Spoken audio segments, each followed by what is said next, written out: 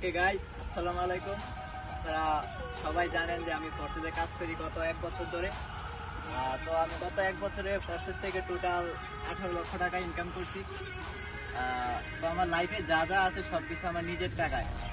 এই যে বাইকটা দেখতেছেন আজকে, এই বাইকটা কিন্তু আমার নিজের টাকায় কিনা, ফোর্সেসের টাকায় কিনা। এই যে দেখেন এখানে একটা ফোর্সেসের লোগো আছে। তো আমি এখান থেকে টোটাল ইনকাম করছি 18 লক্ষ টাকা প্লাস। আমার লাইফে মানে যা যা আছে সবকিছু আমার নিজের টাকা দিয়ে কিনা। এই যে বাইকটা কিন্তু অলরেডি ফোর্সেসের টাকা দিয়ে কিনা। এই যে হাতে একটা আইফোন আছে 15 প্রো ম্যাক্স, এটাও ফোর্সেসের টাকা দিয়ে কিনা।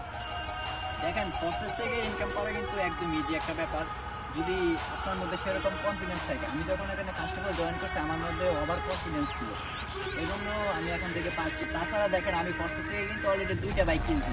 ফার্স্টে আমি 2 লক্ষ টাকা দিয়ে একটা জিক্সার ছিল আমার, সুজুকি মনোটন, ওইটা সেল করে তারপরে ভাবলাম যে না, আমার সাথে এই বাইকটা মানাইতেছে না, আরেকটা বাইক কিনা দরকার। তারপরে কিন্তু 5 লাখ টাকা দিয়ে এই বাইকটা কিনছি। আমার লাইফে যা যা আছে সবকিছু কিন্তু ফোর্সেসের টাকা দিয়ে, আমার নিজের টাকা দিয়ে। আমি আমার ফ্যামিলি থেকে 1 টাকাও নিই নাই, সবকিছু আমার নিজের টাকা দিয়ে।